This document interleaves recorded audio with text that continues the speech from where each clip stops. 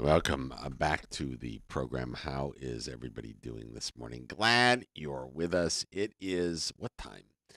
9:19, almost 9:20 right here in the Northeast Caribbean. Slowly working our way through the Monday from the Friday morning.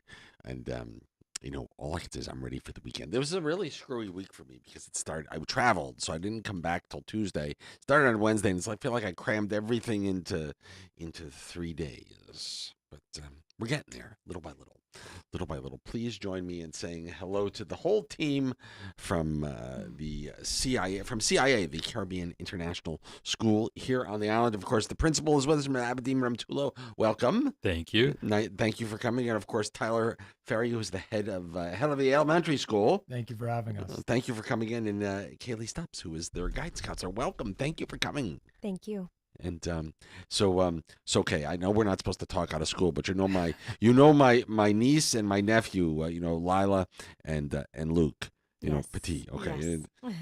just making sure, they're making. Absolutely. And love them to death. Love that. Great kids. I've watched them grow up since the very beginning. Since the very beginning, I've warned their parents.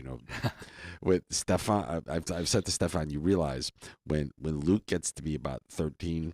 It's gonna be he's gonna be the ladies' man. It's coming. I can see it already. Absolutely. I love them to death. Listen, tell me a little bit about CIA. I mean, how long has the school been here on the island? It's been here for over 2 decades now. It started off as a Montessori school, and as as the children got older, loving the school that they were at, decided that what else can we do once they get past the Montessori age. Right. So at that point in time, they looked into the Canadian curriculum, specifically from Ontario, and asked for the Ministry of Education in Ontario if it's okay for them to deliver that curriculum. And CIA was born at that point in time, from the Montessori school to now the Caribbean International Academy. Wow. So let's talk about you say an Ontario curriculum. What does that mean? So in Ontario, the curriculum is very well known. Canada in general, PISA is like a worldwide organization that ranks educational systems. Canada in general is always ranked in the top 10, if not mostly in the top 5. Ontario is kind of the flagship province in Canada, where the curriculum itself is that the one that's given is a very holistic kind of feel to the curriculum. So it has the academic rigor, but it also has kind of meeting the students where they are, giving them a lot of choice in what they want to learn, a lot of voice in how they're going to learn it. Even our assessments are, and I don't want to get too, educational on you here, but even our assessments are very holistic. Students get, you can look at our Facebook page and see all the different things that the students do as far as project is concerned. So project-based learning is a big part, like learning by doing, learning by what your passion is and what you want to do, and then producing based on the curriculum, like whatever it is in math or science or language arts or whatever it is, using the curriculum expectations but trying to do it in a way that is meaningful to you. Got it. Well, listen, that's a great learning by doing. Yes. Is a great thing, right? Because you actually involve the kids as opposed to kind of forcing it down their throat, so to speak, and absolutely. And that's a great great approach. Yeah, and I think the one part about learning by doing is it's actually there's a method to the madness, right? Like it's an experiential learning concept where you don't just do and then okay, you're done now. You actually have to go back and reflect on it. What did you learn? If you were to do it again, how would you do it better? So that's all part of the learning process as well. I'm really curious, Tyler. How do the younger ones react to this? I mean, to a certain extent, you often wonder, do they think, oh, we have a project, we've got to build something? Do they think of it as more, are they learning? Are they in school? Is it work or is it a game? I think that's a combination of both. For the most part, though, especially with the young kids, they have that twinkle in their eye where they're coming to school every day and they're excited about what they're going to be learning that day. And the way that we do things at CIA, we really try to empower students and get them as involved as possible. And one of the things that we also have is we have extracurricular activities where we get all teachers involved with that, but we also have students who can run certain programs as well.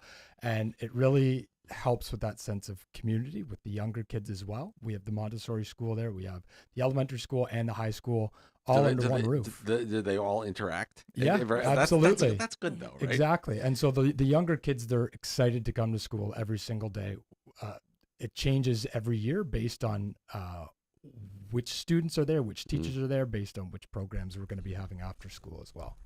That's cool. And where do when kids make it all, so they start with Montessori, they get through high school, right? And then so Montessori's to what age? Montessori is up to the age of 6. And then after Montessori, then you go to the grade elementary 1, and you go all the way through, and then high school starts in grade 9. And then after high school, where do your students typically go? Well, I'm really proud to say that we have students going to places like University of Miami. They go to the Netherlands, for example, Maastricht University, Utrecht. We have students also going to Canada, University of Toronto, Queen's University, St. Francis Xavier. So they get a lot of acceptances, and I think sometimes that's the hardest thing, right? They have so many options, so options are good. Exactly. And so we're really proud of our cohort this year. A lot of them came through the Montessori program, and they're going into programs such as engineering, aviation, Cool. business management, etc. And so do you find that when kids start in your Montessori program, do they stay all the way through? Typically, yes. So they'll follow suit. So we'll know a child from, age 3 or 4 and all the way up to 18, 19. That's a cool thing. No matter how you slice it.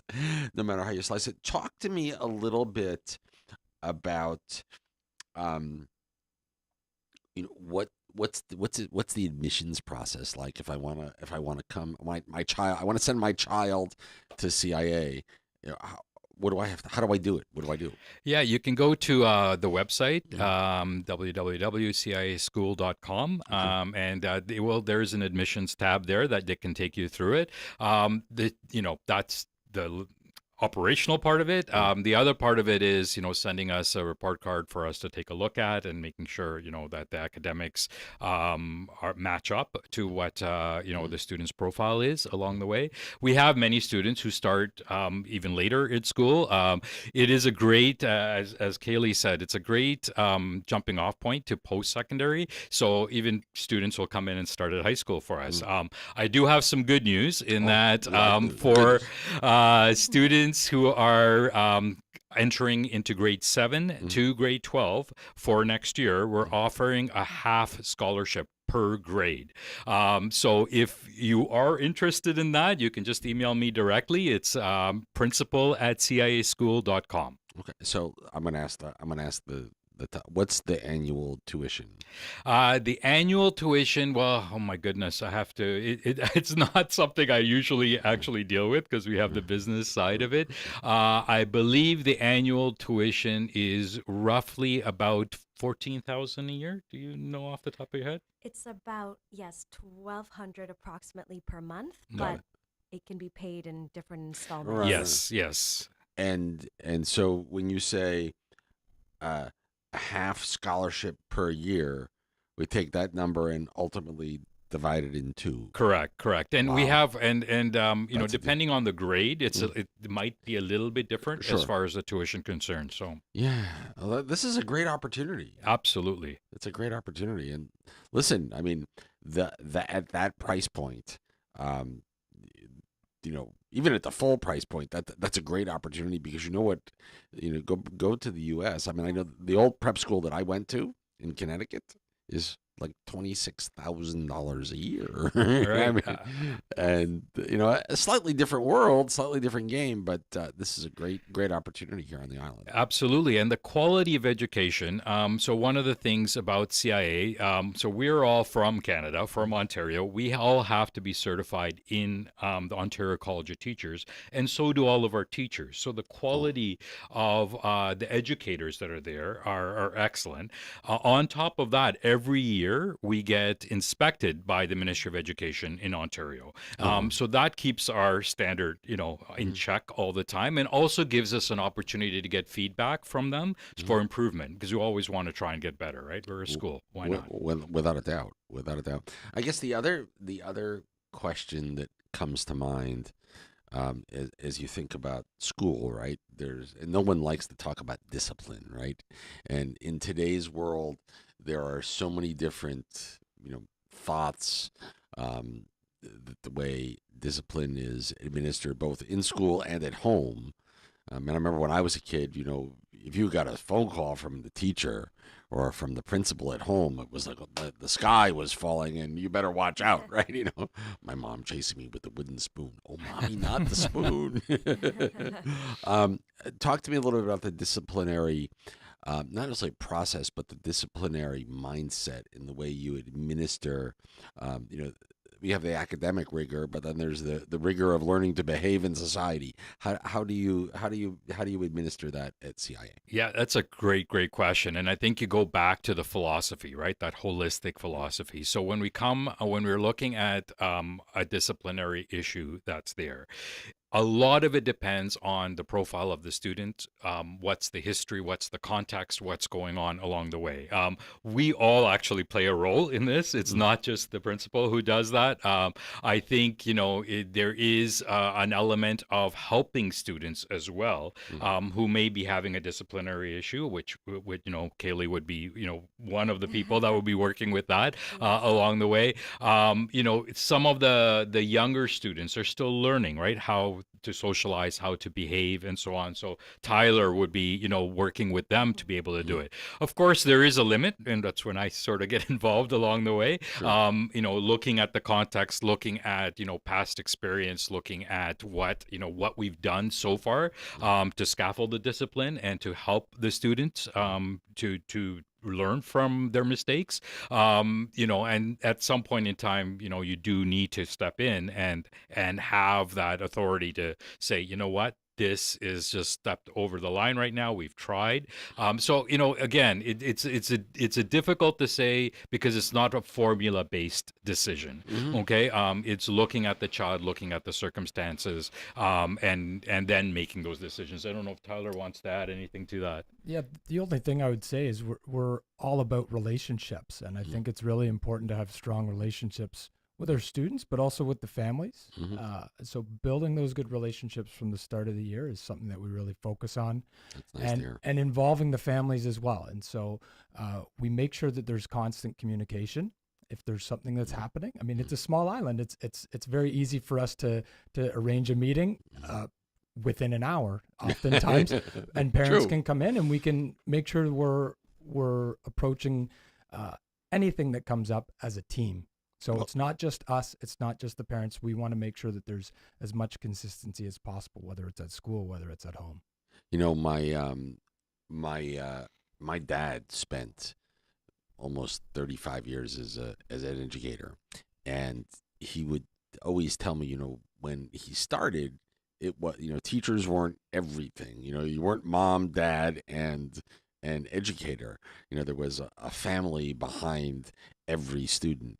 And you hope in our small town that those relationships, our small town of Sweet St. Martin, we hope those types of models still exist where they often don't exist in larger parts of the world. So I think we're fortunate because of that. Yeah, of course. Yeah, very fortunate because of that. So anything else we should let people know about CIA? Yeah, if you're interested, please, again, that same email address, principal@ciaschool.com. Please feel free to send me an email. Happy to have a conversation in person, over the phone, tour around the school.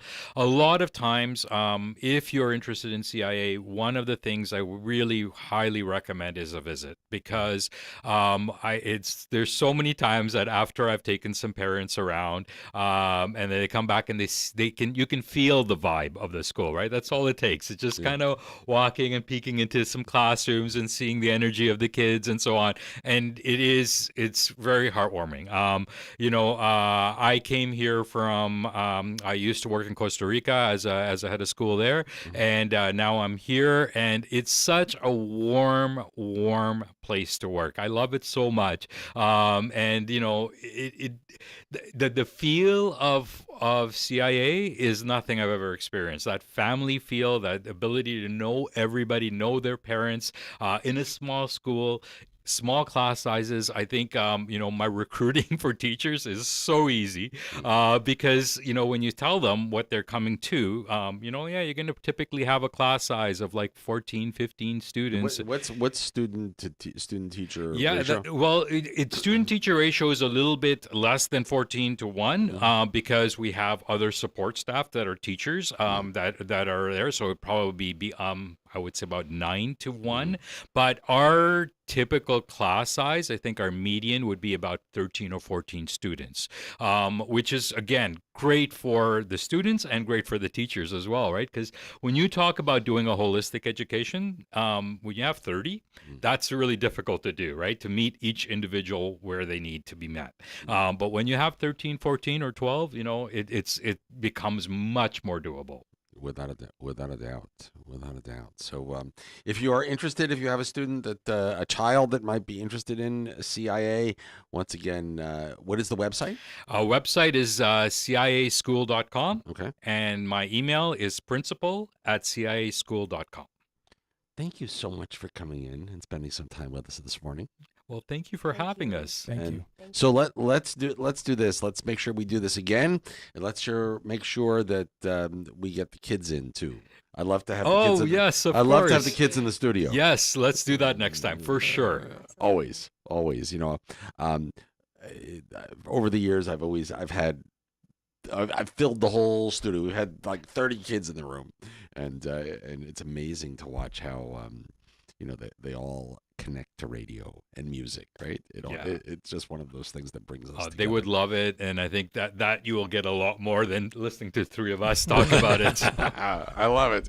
Guys, thank you so much for coming in. The pleasure was all mine. No, pleasure Thank is you. ours. We'll see Thank you soon. ciaschool.com and principal@ciaschool.com is the email address. And Abedin, Tyler, and Kelly, thank you for being here. Thank you. We'll see everybody soon. It is what time? 9:37. I'm slightly tardy. What else is new? Story of my life.